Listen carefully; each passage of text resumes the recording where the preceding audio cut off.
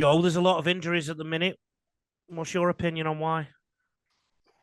Oh, I think there's a few things that are probably contributing to it. I definitely think a lot of people are talking about the change in the speed of the game, the things the NRL's done to speed the game up is contributing. But I also think that there's definitely a lot more that could be done on the physical prep side of things.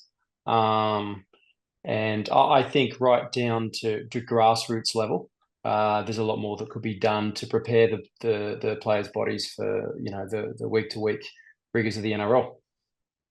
Can you give us some real life examples? Oh well, at League Fit Academy, whenever we have new kids come in, and it could be 13, 14, 15, 16, they might be in development, Harold Matt's SG ball age.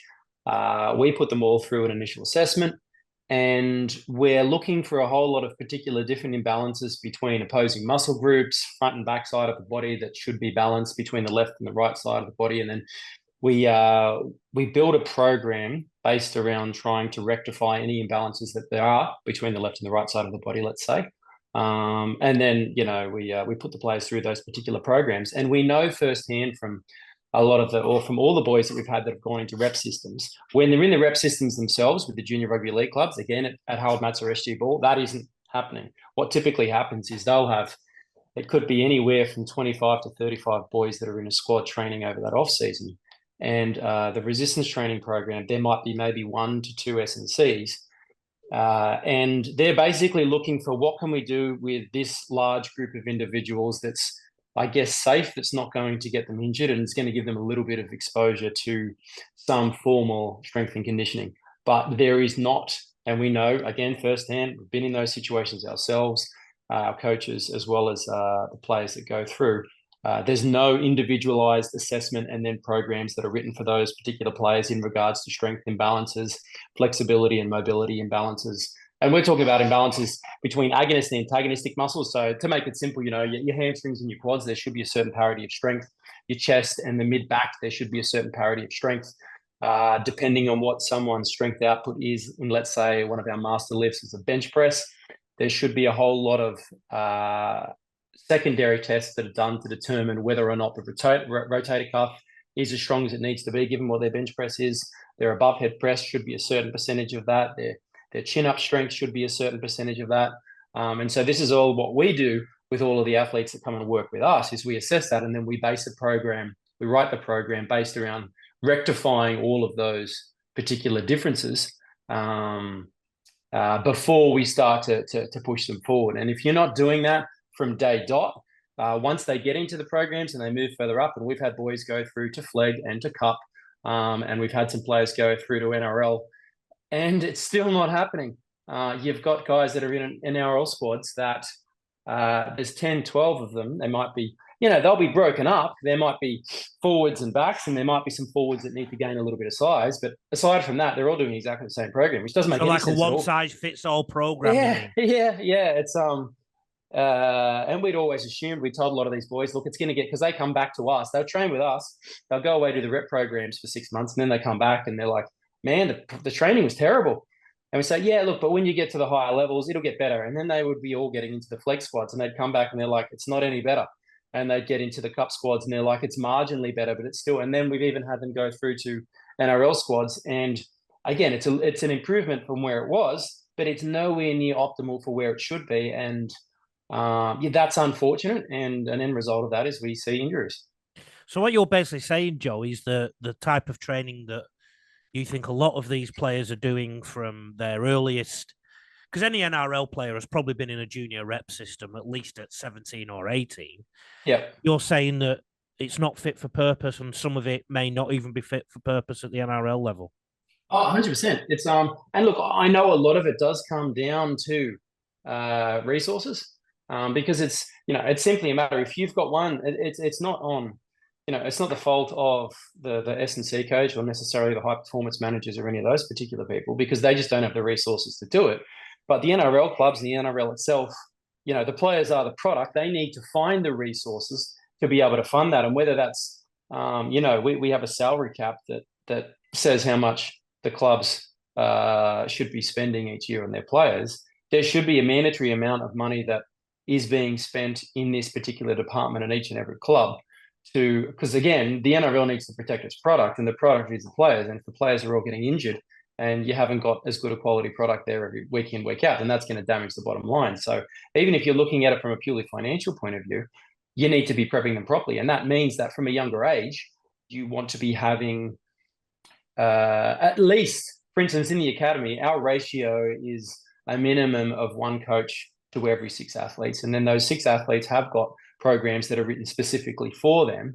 Whereas, like I mentioned before, at the same age, they'll go into a RIP program and there could be 20, 25 guys in the gym, and there might be one, maybe an assistant to help him. But the ratio is it's the same as, if you think it from this point of view, you see a lot of poor school teachers are struggling to manage 30 kids in a class. And then there are some parents that are fortunate enough to be in a financial situation where they can send their son or their daughter to go and get one-on-one tutoring, and the difference that makes, because the tutor can tailor exactly what they're doing to where that kid is right now, and the strengths and the weaknesses of that particular individual, and even the way that they're going to be receptive to the message. You get so much of a better outcome with that kid in tutoring, and it should be the same from a strength and conditioning point of view. That's what should be happening with these players, but unfortunately, it's not.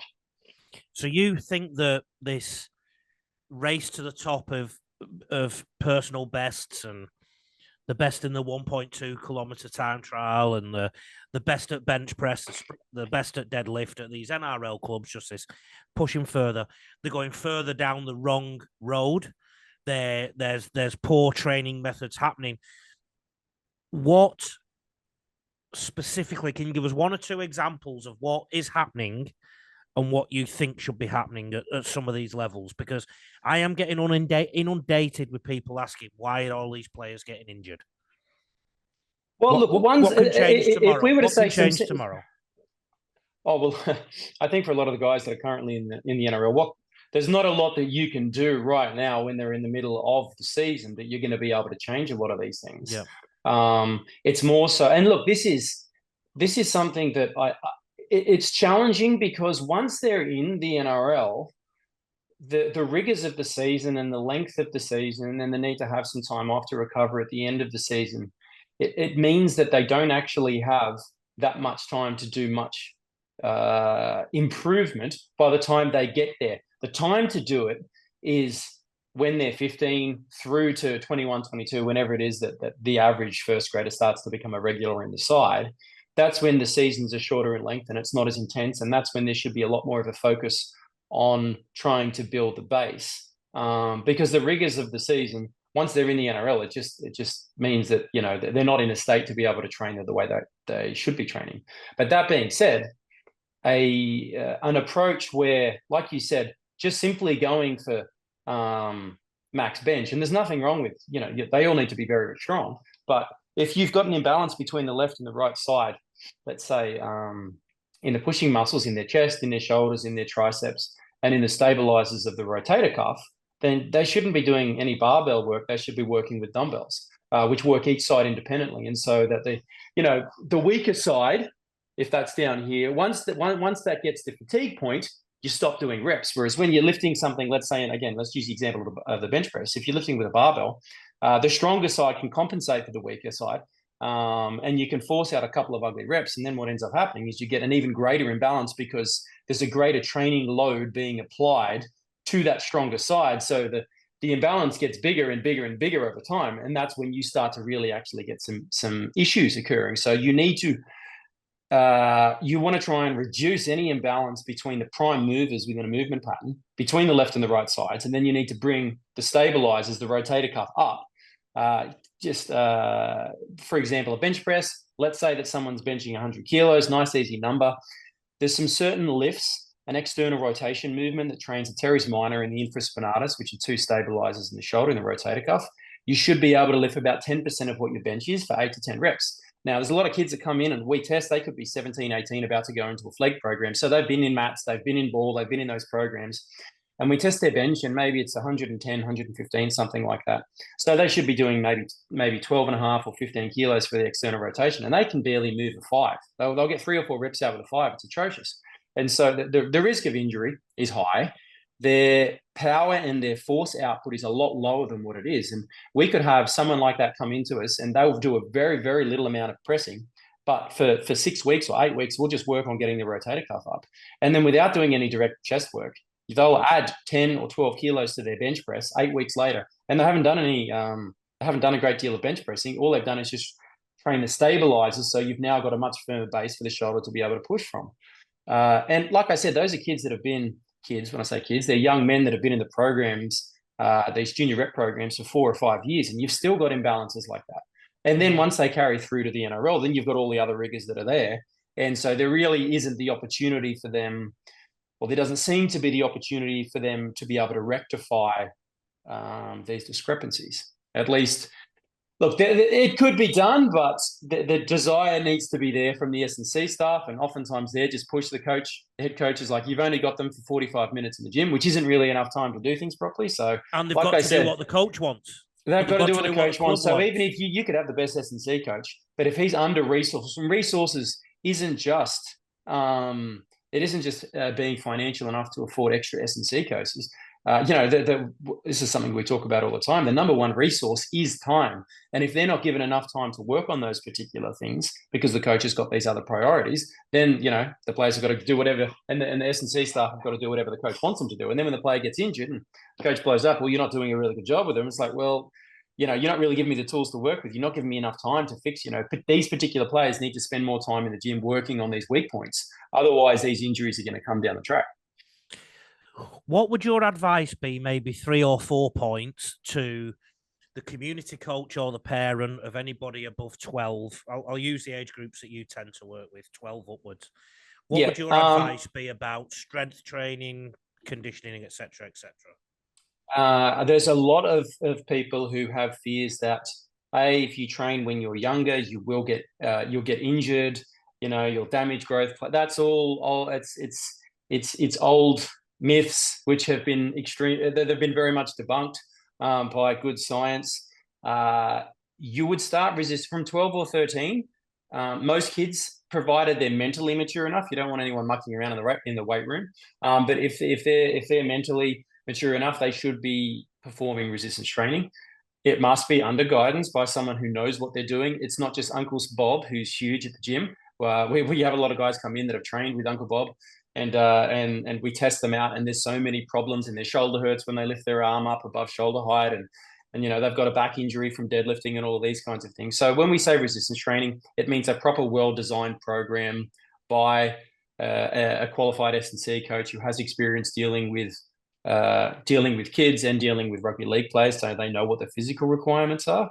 But from that age, yes, they should be lifting weights. Now, that doesn't mean barbell work. It doesn't mean heavy leg presses. It doesn't mean heavy deadlifts. It means a lot of movements that are single limb. It means a lot of movements where we're using dumbbells. Like, even for some big guys, like, a lot of people will be recommending we do push-ups. But if there's some big boys, some big front rowers that are 12 or 13, and they're 80 or 90 kilos, they can't do a push-up with good form with that body weight. So they should be using dumbbells. And like I said before, dumbbells allow you to work each side independently, so you can start to improve imbalances between left and right sides of the body.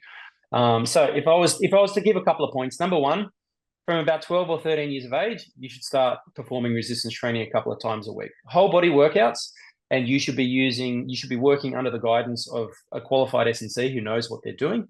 And it should be mainly, I guess you could term it, structural balance type programming, single limb work, looking to improve any imbalances between the left and the right side of the body, between agonist and antagonistic muscles on the front and the back of the body, and looking to, particularly for rugby league, you want to be strengthening the areas that get injured the most, which is around the knee. So there's a lot of stabilizer movements that we do and step up variations that we do around the knee and around the shoulder. So you've really got to try and build some bulletproof shoulders with a lot of rotator cuff movements.